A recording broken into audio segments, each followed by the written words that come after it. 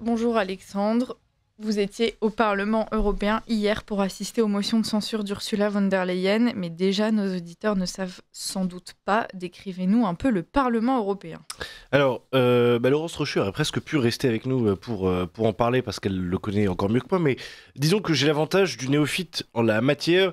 Dites-vous que, alors je précise évidemment à nos auditeurs qu'aujourd'hui ce ne sera pas une chronique blague comme d'habitude et ce sera avec un grand regret, ce sera extrêmement sérieux et ennuyeux. Non, ce qu'il faut se représenter, c'est que le Parlement européen et particulièrement celui de Strasbourg est en fait assez à l'image de l'Union européenne. C'est-à-dire que vous rentrez dans un immense bâtiment, une sorte d'immense technostructure, et puis en fait c'est à l'intérieur une forme de labyrinthe sans fin, où vous comprenez à peu près rien, où l'organisation est catastrophique, on sent que tout cela a coûté très cher, et puis à côté de ça, ça aspire plus ou moins votre âme, c'est assez fascinant, c'est des bâtiments gris, froids et plein de... juste ternes, qui se ressemblent tous les uns aux autres, des couloirs affreux, donc en fait, faut vous dire, chers auditeurs, et pourquoi je vous parle de ça, parce qu'en fait, faut se dire que les gens qui sont les fonctionnaires européens, les gens qui travaillent au Parlement européen du matin au soir, en fait, ils vivent dans un environnement qui n'a pas le moindre... En fait, c'est impossible de prendre l'air au Parlement européen, vous vous rendez compte? En fait, il n'y a pas de terrasse, il n'y a pas de moyen de sortir, il faut au moins un quart d'heure pour sortir du bâtiment. Il faut vous rendre bien compte de l'univers mental dans lequel évoluent ces gens qui travaillent au Parlement européen. Un endroit évidemment absolument catastrophique dans lequel, et c'est la formule que j'avais trouvée hier dans notre discussion avec l'Union droite, mais dans lequel en fait il y a plus de contrôle de sécurité qu'à la frontière de l'Union européenne, ce qui est quand même assez amusant pour des gens qui aiment bien qu'il n'y en ait pas des frontières. Ça a l'air assez austère. Est-ce que vous pourriez nous parler de cette histoire de motion de censure? Racontez-nous un peu comment ça se passe, Alexandre. Alors, je vais essayer de faire un résumé de toute l'affaire depuis son origine. Il y a 3 mois, en juillet dernier, une motion de censure avait été déposée par un député membre du groupe ECR. Donc le groupe ECR, c'est celui dans lequel il y a notamment Giorgia Meloni et aussi Marion Maréchal, Laurence Trochu qui était avec nous il y a un instant. Et en fait, c'est un groupe qui est un peu pivot entre le PPE, donc les Républicains, et les Patriotes pour l'Europe, qui est le groupe du Rassemblement National. Bon. Et donc, ECR avait déposé une motion de censure pour destituer Ursula von der Leyen. Très bien. Ce qui s'était passé, c'est qu'à l'époque, la motion de censure avait finalement été soutenue par le groupe des Patriotes pour l'Europe, par l'Europe des Nations Souveraines aussi, qui est un micro-groupe dans lequel on retrouve notamment les Allemands de l'AfD. Et en fait, ce qui s'est passé, c'est qu'à cette époque-là, la motion de censure avait rassemblé 174 voix sur 720. Donc, c'est évidemment clairement pas assez. Il y avait environ 380 voix contre de mémoire. En revanche, ce qui était assez impressionnant, c'est que c'était la première motion de censure qui était déposée en 10 ans au Parlement européen. Donc ça montrait déjà une forme de ras-le-bol. Et puis, en fait, fort de cette idée, Jordan Bardella, qui est le président de la délégation du Rassemblement national au Parlement européen, a décidé de justement lancer une nouvelle motion de censure durant l'été. Alors cette motion de censure qui ciblait directement le Mercosur. Déjà, il y a la députée RN Valérie Deloge, qu'on avait déjà reçue il y a environ 10 jours ici à cette antenne, qui nous a expliqué pourquoi elle avait été déposée. Donc on va écouter toute son explication. Alors, bonjour Madame Deloge, nous sommes ici dans votre bureau au Parlement européen. Dans une heure, votre groupe déposera une motion de destitution contre Ursula von der Leyen. Est-ce que vous pouvez nous expliquer pourquoi?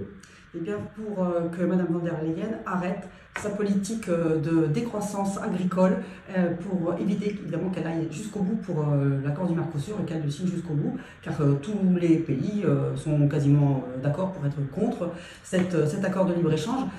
C'est un accord vache contre bagnole, ça ne va intéresser que l'industrie allemande et ça va complètement détruire notre agriculture. Donc on est totalement contre et cette motion de censure servira à mettre un stop à sa politique de destruction de notre politique agricole. Vous étiez au sommet de l'élevage hier avec Marine Le Pen. Oui. Quel accueil vous avez reçu et qu'est-ce qu'ils vous disent du Mercosur, ces agriculteurs? On a eu un excellent accueil, on est toujours très très bien reçus, il n'y a aucun souci de ce côté-là. Mais les agriculteurs ont très très peur. Et la première chose qu'ils nous demandent, c'est comment faire pour arrêter tout ça.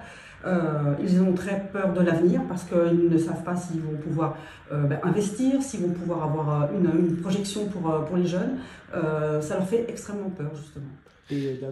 Et voilà, donc en fait c'était Valérie Deloge, donc députée Rassemblement National au Parlement européen, et ce qu'elle explique, comme vous l'avez entendu, c'est que la principale raison pour laquelle le RN a déposé cette motion de censure, c'est contre le Mercosur et aussi contre le traité de libre-échange qui a été négocié seulement par Ursula von der Leyen aux États-Unis avec Donald Trump qui nous a gentiment donné 15% de droits de douane contre rien du tout en échange.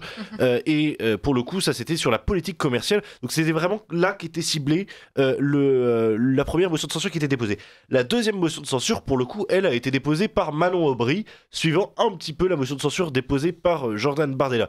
Alors cette motion de censure, elle concerne uniquement la question de Gaza. Et alors, ce qui est assez fascinant, c'est qu'elle était évidemment un peu intemporelle pour toutes les personnes qui étaient là, parce que forcément, j'ai envie de dire, la question de Gaza n'est bien sûr pas réglée, mais en tout cas est en passe de l'être via Donald Trump, via un plan de paix proposé par Donald Trump, accepté par le Hamas, accepté par Israël, que rejette la France insoumise, si tant est qu'elle ait une voix là-dedans.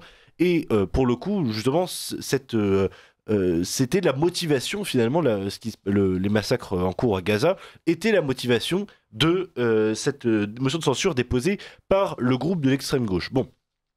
Et alors, justement, j'ai demandé, je suis allé voir Virginie Joron, que vous connaissez bien, chers auditeurs, et je lui ai demandé finalement ce qu'elle pensait de cette motion de censure déposée par Manon Aubry.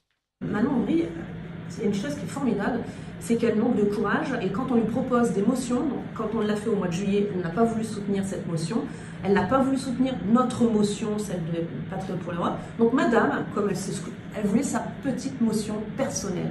Donc elle a déposé cette petite motion personnelle avec des sujets qui, pour moi, ne rentrent pas du tout en ligne de compte pour l'intérêt des citoyens européens et français. Elle a axé sa motion sur Gaza, donc c'était vraiment une motion de politique politicienne de bas étage, parce qu'elle se sert d'un conflit qui est extra-européen pour faire sa sauce, j'ai envie de dire, pour faire son clientélisme.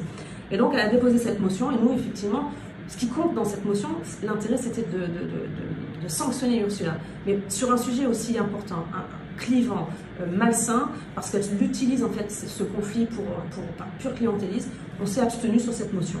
En revanche, elle n'a pas pris part au vote pour sanctionner Ursula von der Leyen au sujet du Mercosur, au sujet de l'accord de l'Union européenne et des USA, et sur le manque de transparence. Donc cette hypocrisie de Manon Aubry, il faut qu'elle cesse. Et moi, je le dis vraiment à tous ceux qui nous regardent, parce que ce double langage de la France insoumise, où vous avez vu en France, elle va dénoncer Ursula, mais ici, dans le débat, dans l'hémicycle, quand il y a Ursula, elle fait tout un sketch, un discours enflammé, et puis juste, quand elle termine son discours, elle va embrasser Ursula von der Leyen.